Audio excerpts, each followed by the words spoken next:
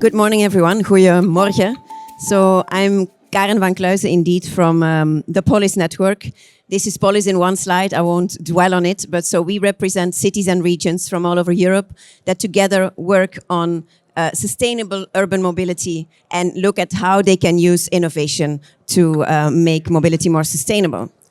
So when we talk about mobility in cities, we start basically or reshape our policies very much around the challenges that cities face in this particular field. And I'm sure they're all familiar to you. There's the need to improve air quality. There is the modal shift away from the private car to reduce congestion and improve quality of life. There's a need to make our roads safer, especially for active travelers. And of course, there's the global overarching challenge of climate change, which requires us to decarbonize the transport sector. So we need to go through a paradigm shift. And on top of all that, we also have to make sure that that shift is going to be inclusive and just in this transition. It's not just about people, it's also about goods. And when we look at the last urban mile, so the urban logistics side of the story, we see that that comes with a number of challenges as well. Environmental in nature in terms of emissions, space-related in terms of safety, in terms of the size of vehicles, congestion, and also inefficiency that we see in the sector in terms of the lack of consolidation and bundling of goods, the explosive growth of e-commerce, and the multitude of stakeholders that we need to align and bring together. Next to the societal challenges that the city as a whole is facing, we also, of course, have the user needs and expectations. Cities want to provide high-quality mobility services to citizens and users, and that comes with a long list of wishes and needs and requirements. So we have to make sure, if we need to address all these challenges as well as tackle the ambitions that we have, that everybody is on board and that we have a systems approach that really brings together a mix of measures that ideally tick several boxes and bring multiple benefits. What is clear is that if we want to move to sustainable mobility, we need to have a modal shift away from the private car with public transport and active travel as the backbone. At the same time, we see that the lines between the public and the private sector have become increasingly blurry over the last years. And what used to be the preserve of the public sector in terms of mobility service provision has also been taken up increasingly by the private sector. And that kind of begs the question what the role will be or should be of the public authority in the transport system of tomorrow. Now we have many innovations that are coming our way, and we don't know which ones are going to stay, which ones will leave again, or which ones will be next. But what we do know is that the majority of them is rolled out on our city streets. And at POLIS, we strongly believe in a very strong role for the public sector when it comes to shaping and framing that kind of innovation. All these innovations come with very big promises, but depending on how you regulate or don't regulate them, they will or will not be delivering on all the big promises they bring. And FOMO, it was already mentioned earlier, but FOMO is never the right reason to engage with a certain innovation. A smart city is not a city that jumps on any and every technology coming their way. It's a city that smartly chooses which of these technologies out there are actually solutions and are meeting the needs that the city has in terms of challenges to be addressed or ambitions to be achieved. So what does that mean? We believe in the need to govern innovation in such a way that we maximize opportunities brought by new solutions, but also mitigate unavoidable negative externalities, because the interests of the public and the private sector are not necessarily, or at least not naturally, aligned, which is normal. So this public sector oversight should make sure that we make innovation policy responsive, that we make it aligned with public policy goals and do not have them undermine those public policy goals. At the same time, we also have to recognize that we have to innovate our own governance systems. They need to become more agile. They need to be able to factor in the unknown and not always start from scratch each time a new innovation comes along. So proactivity is required also in the regulatory sphere. So it's about finding the right balance between allowing innovation to thrive and making that innovation policy responsive. And that will require also regulatory sandboxing, so trial and error in the regulatory sphere. And that's okay, we will learn from it, we will make mistakes, but we will move on and then do better next time.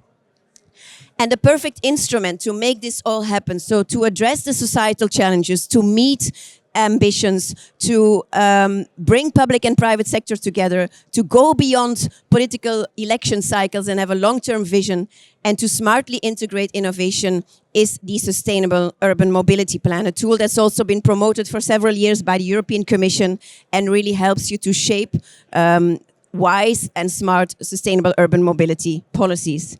Of course, we do not just need to plan, we need to move from ambition to action. So let me zoom in on a couple of innovations and highlight how they can potentially help cities to become more sustainable in mobility terms, but also what potential pitfalls might be there if you do not frame them properly. So what we are working towards is an urban mobility ecosystem with mass transit and active travel as the backbone. There are no other modes that are so efficient, that are so equitable, accessible, affordable, livable, sustainable, and clean. But at the same time, we also have to recognize they cannot meet the needs of everybody everywhere. So what we need to do is embrace a mix of mass transit and shared mobility services and adopt a broader definition of public transport. So the aim is really to forge new public-private partnerships, including exploring new business models and even subsidies if we see that those privately driven mobility services help reach our public policy goals. So basically, it's about moving towards more multimodal and intermodal lifestyles to offer a range of alternatives that together can compete with the private car in cities. Because we should not forget that being monomodal is still way more easy than being multimodal. So how can we facilitate this process? That's what we need to address. So if we zoom in on shared mobility, which is largely private sector driven, so that's where you have the blurred lines that I was talking about before, it is about making sure that those shared mobility services play the role that we want them to play in an urban environment. And that means complementing mass transit, but not undermining it or not competing with it. So filling the gaps that cannot be met by mass transit. And this also requires regulation. If we look at micromobility in particular, we see that over the past couple of years, especially the e-scooter got a lot of attention and also created some negative externalities in terms of cluttering of public space or safety issues or speed or interaction with other modes. So it required regulation and framing, but at the same time, we have to recognize that the negative externalities we were faced with also have to do with the way we have been allocating space in our cities. Not enough space for light mobility modes, way too much space for the car, and we're dealing with a legacy of decades of car-centric policy making and planning. So, as I was saying, we need to move towards multimodality and bring all these different modes together into one nice integrated multimodal picture. And that will require integration on different levels. Physical integration, so bringing these modes together at interchanges, at stations where they can easily and seamlessly be combined, but also more on the neighborhood level through mobility hubs, for example. But not just that, also digital integration through mobility as a service ecosystems where you can plan, book, and pay for different modes just in one go. At the same time, mobility as a service is an excellent example of an innovation that requires framing and public sector oversight. If you leave mass entirely to the private sector, how can we be sure that the modes that are being pushed to the user by the algorithms will be the most sustainable modes and not the modes that generate the most revenue? An excellent example is walking. It's a very valuable mode for public authorities, but doesn't generate any revenue for a commercial mass provider. So if you see that in Google Maps, not anymore because they changed it when we flagged it, but before in Google Maps, which you could call a kind of pre-mass, when you were asking for a walking route, they were nudging you towards an e-scooter. And that's not the kind of modal shift that cities are looking for. If an e-scooter replaces a car, perfect. If you go from walking to an e-scooter, there is no benefit. So when we talk about mass, of course, we also talk about data. And we see that many innovations that are coming our way are inherently data-driven. There's ITS, intelligent transport systems, that can help to make traffic more efficient, for example. But there's also the whole digitalization that is linked to new mobility services, which are inherently digital in nature. And that kind of data really can help us to inform policy, to see what's happening in the network, but also to enforce policy through geofencing, capping speed of vehicles, for example, or not allowing them to park in certain areas. But what we also see is that there is a digital divide between the public and the private sector. The private sector has it in its DNA, but in cities and regions, it's still hard to find those digital skills everywhere, and they still have to internalize this. So we need to build that capacity also to make sure that this untapped data potential is fully used and that we can move towards more data-driven and evidence-based decision-making.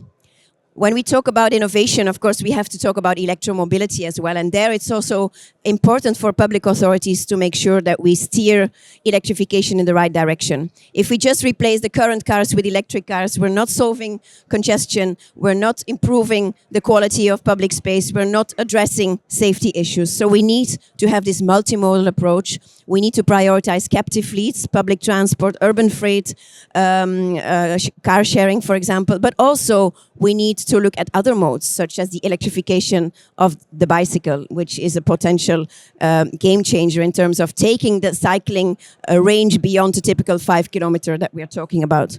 But also cities have a role to play in providing charging infrastructure and making sure that we overcome range anxiety and the chicken and egg problem when we talk about electrification.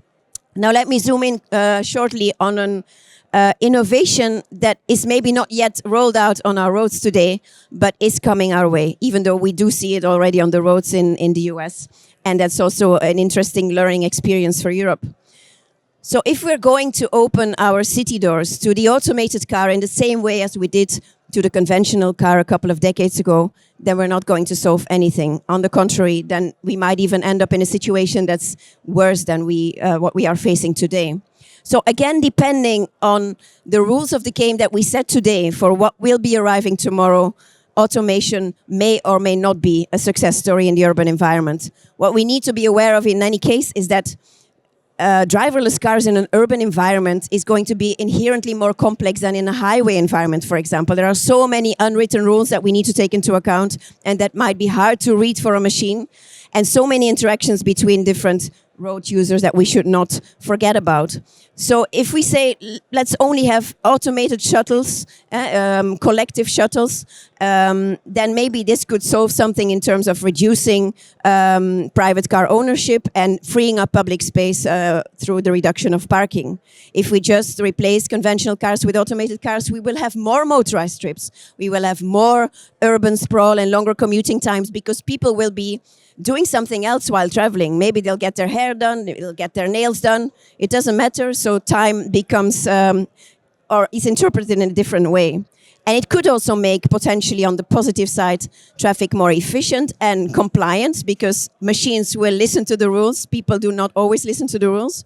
But also improved traffic efficiency could lead to even more vehicles. So cities, think today about what you want tomorrow. And when we talk about AV readiness, the industry interprets AV readiness as making sure that cities are adapted to the needs of the automated car. When I talk about AV readiness, I'm talking about making sure that the automated car adapts to what the city actually needs. Now, when we talk about innovation, we're also not just talking about technological innovation. It can also be innovation in policy. And next to mass transit, as I was mentioning earlier, as the backbone, we also have active travel as a key component of a sustainable urban mobility ecosystem. Active travel is clean, it's healthy, it enhances quality of life, it makes you happy. And then on top of that, electrification of the bicycle is taking us beyond the 5 kilometer, as I was mentioning before. And if that goes hand in hand also with long distance cycling infrastructure, such as cycling highways, then really there is a potential game changer also in terms of commuter traffic, for example, and to addressing not just the urban cores, but also the regional dimension, because cities are very often suffering from the incoming unsustainable commuter traffic that is coming from the hinterland, but is still having a tremendous impact on the urban environment. And when we want to prioritize active travel, it means making space for active travel and really reallocating space in our cities. And that's what I believe will be the biggest game changer in the years to come. Not one or the other technology or fancy gadget, but really the massive reallocation of space in favor of sustainable modes of transport. This will also enable the concept of the 15-minute city, where different services will be accessible within a 15-minute range of cycling and walking, and where things become more dense and the inherent link between transport planning and urban planning is further exploited. And then, of course, if we go one step beyond, we have the beautiful cargo bike as well, which is not only allowing us to transport people or whatever luggage we want to carry, but also goods, which brings me back to the city logistics area that I was mentioning earlier. POLIS is involved in a partnership between our cities and regions and ALICE, which is representing the logistics sector. And together we've been looking at how we can clean and green the last urban mile while also making it more efficient and safer. And there are a number of innovation and priority areas that we need to address in that respect, which also includes, of course, cleaning fleets, but also downsizing and right-sizing fleets. And that's also where the cargo bike is coming in.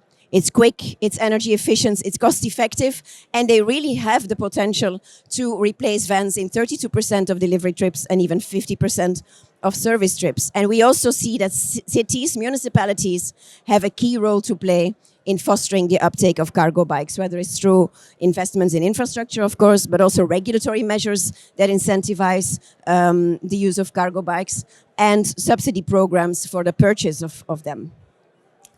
What it all comes down to when we look at all these different innovations that I was showing you is that they claim a part of our very valuable but also very scarce urban space. And the good news is that the public authority, the local and regional authority, is in charge of that public space. And that makes them potentially very, very powerful. Because by giving more space to one particular mode or taking away space from another mode, you really decide which transport modes you want to prioritize. You can also put a price on space. You can smartly regulate parking and strategically regulate parking. And you can even start to dynamically manage that space. So allocate different functions to space depending on the needs and time of the day. The curbside, for example, has been used traditionally for many decades for private car parking, but we could use it for so many different purposes. The parking sector is in disruption. We want to get those cars out of our cities, also when they're standing still. Imagine that the curbside in the morning could be used for deliveries, and then during peak hours could be a bus lane, over lunch could be used for food trucks, and in the evening could be a pickup and drop-off zone for shared mobility services. The use of digital tools and intelligent transport systems really allows us to move forward and accelerate the dynamic management of our space. At the same time, we also have to regulate access to space, and that indeed comes with pricing measures as well. You have low and zero emission zones, you have congestion charges, and these kinds of measures, which tend to be quite unpopular and come with a high political cost, can really play in the favor of sustainable modes of transport, including the cargo bike. So it is clear that we need a wide range of measures to together move forward with sustainable urban mobility. There's unfortunately, as is always the case, no silver bullet that can solve everything. And also carrots alone, incentives alone will not be enough. We will have to bring out the sticks as well to make things happen. And coming back to my question of the very beginning, like what is the role of the public authority in this transport system of tomorrow? We see it as the role of an orchestrator, a director or a conductor that makes sure that all the different stakeholders around the table are looking in the same direction and are working towards the same goal, so that we have a beautiful and harmonious orchestra producing beautiful sounds like our friends in yellow here. And that's where we see the role of the city in the city of today and the city of tomorrow. Now, you might think, this all sounds very beautiful, but how realistic is it?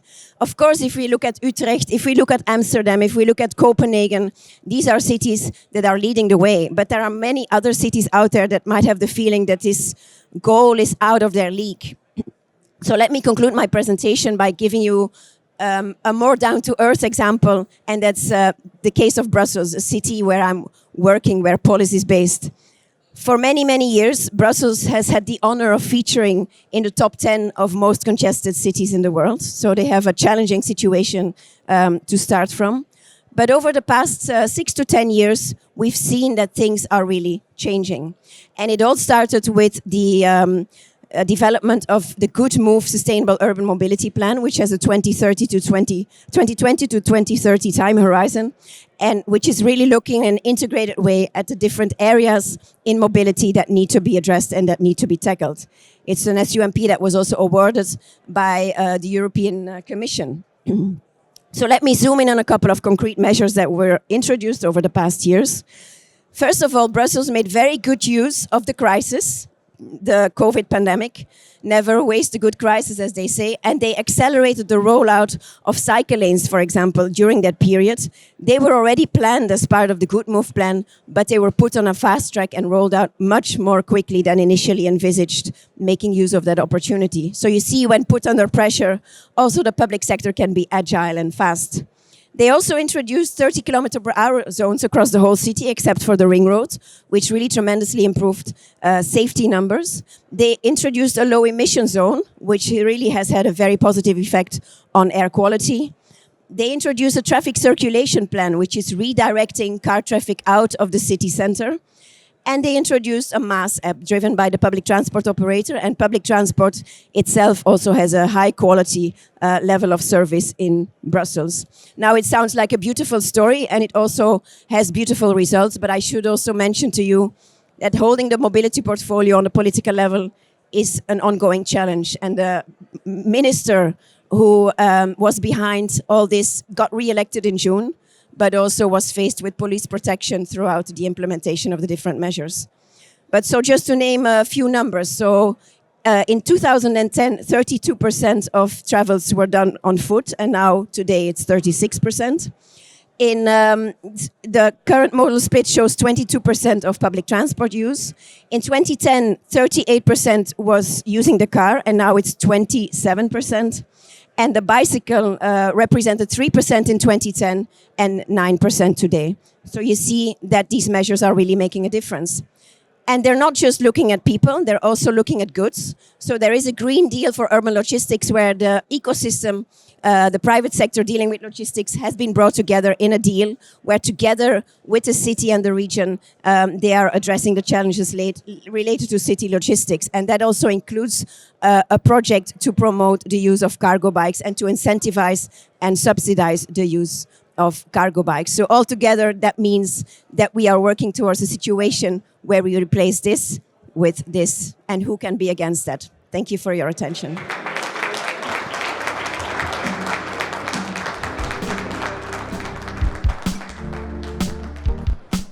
All aboard! All aboard! FOMO, fear of moving on. FOMO, fear of moving on. I got the FOMO, fear of moving on. I'm so afraid of moving on. Innovation active city. Last mile 15 minutes. I'm so afraid of moving on.